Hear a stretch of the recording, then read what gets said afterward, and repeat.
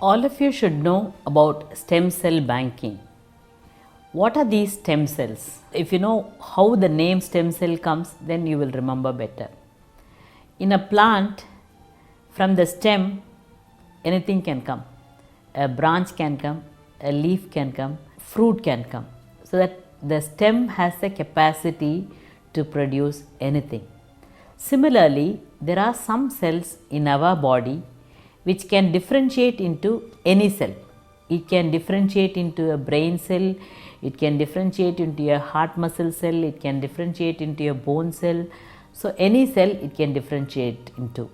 They are called as totipotential cells. These cells are useful for a lot of diseases which are not easily curable.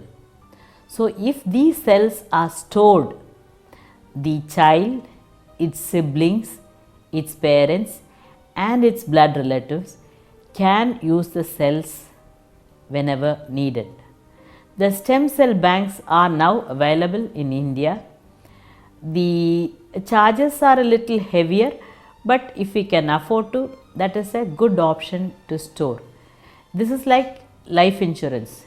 If you never have the necessity to use it, that is good. You never get to have all those diseases. But in case, unfortunately, if we happen to have any of those problems, the stem cells which are banked will be of great use. The stem cells are collected from the leftover cord and the placental blood. Even the cord and the placental tissues can be stored. The stem cells can be extracted from them also. If you are interested, you can contact your doctor. She or he will make arrangements with the stem cell banks. The most abnormal symptoms that you should know are: 1. If there is any bleeding during pregnancy, any unusual severe pain during pregnancy, unusual vaginal discharge, a severe headache, severe blurring of the vision and severe abdominal pain and bloating. If you have any of these symptoms, you should report to your doctor immediately. After going there, if she says everything is normal, you come back, but don't ignore. Pregnancy is classified into low risk pregnancy or a high risk pregnancy. There is no risk pregnancy. It means essentially every pregnancy has an element of risk. Some of these risk factors are already known. Some of the risk factors happen for the first time during pregnancy. When we say there is a high risk pregnancy, it does not mean the pregnancy is going to be 100% difficult and all those things. Please do not get scared that way. When we say a high risk pregnancy, it means there is a slightly an extra risk for this woman who needs a little more closer attention and treatment. It only means that. So, this is not to scare you or threaten you. Please don't get worried. Some of the risk factors that we know already are like the age factor. If the woman is less than 18 years, she belongs to high risk. The complications for her are more. Their tendency to develop pregnancy induced hypertension is more, and to have a cesarean section, the chances are more for this woman. And also, she is not mentally mature like the other person. She is only 18, she is still a child. Okay. The other class is like more than 35. After 35 also, the complications during pregnancy and delivery are more. So, this is one of the important risk factor. Then the other one is the weight of the person.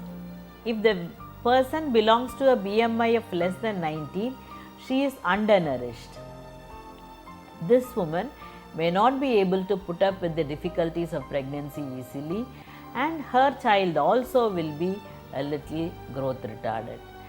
Again, if the woman has increased body weight, a BMI of more than 30, again the difficulties are more.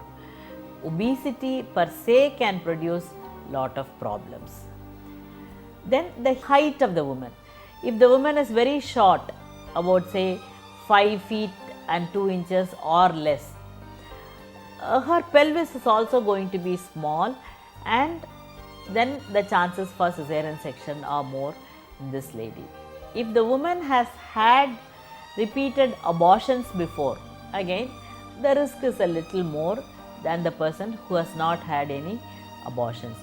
If the woman has had a very bitter experience in the last pregnancy, like pregnancy had to be terminated because of increased BP, or the baby died in uterus before, or she had a difficult vaginal delivery, or she had a difficult cesarean section, wound infection, all these things again increases the risk.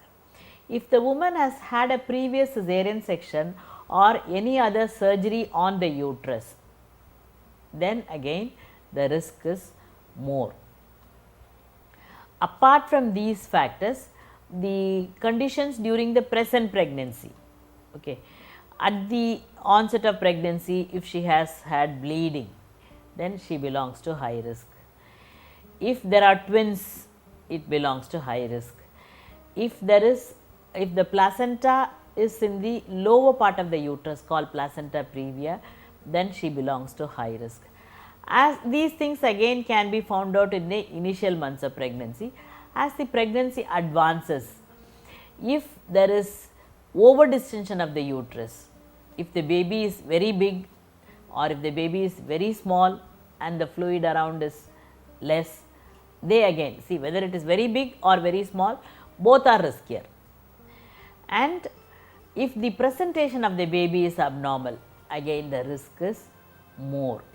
If the person develops vaginal infection, or if the person develops other complications during pregnancy like BP or sugar, then the risk factor adds on.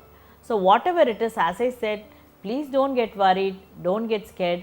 In these conditions, you need close monitoring, more frequent visits to the doctor, and a well planned delivery.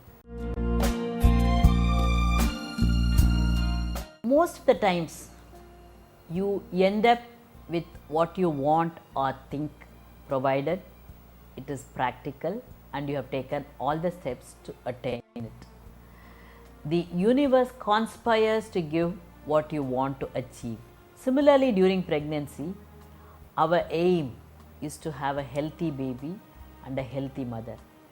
Every day, as soon as you get up, you tell yourself, I'm okay, my baby is okay. Both of us are going to sail through this pregnancy safely and have a safe delivery. Don't listen to horror stories.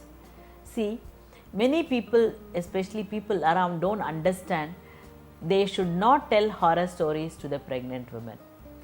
See, the horror stories may be a rare occasion, but that remains in the pregnant woman's mind and then disturbs her a lot. So, most of the times, the people around should be talking to her positively. You're fine, your baby is going to be fine, we'll all help you to have a safe delivery, so please don't worry. Like that, you have to keep talking to the pregnant mother and not scare her with stories. The pregnant mother also should not be, especially recent times, they look into the internet and browse all unnecessary things. You get information what you want from internet, that is absolutely fine and good, but please do not worry about the minute. See, when I say high risk, that is why I didn't want to say even about the high risk pregnancy. When I say high risk, then they immediately think that all the women in high risk pregnancy have to end up in problems. It is not like that. It is only to, we classify them in such a way that we can give them an extra focus. Keep thinking positively. You are going to be fine, your baby is going to be fine. Talk to your baby inside. Share your pain and pleasure with your husband. The husbands and the people around should spend more time with the pregnant women and encourage her. So, let us have healthy babies and make India a healthier nation. Wish you all a safe and a happy pregnancy and delivery.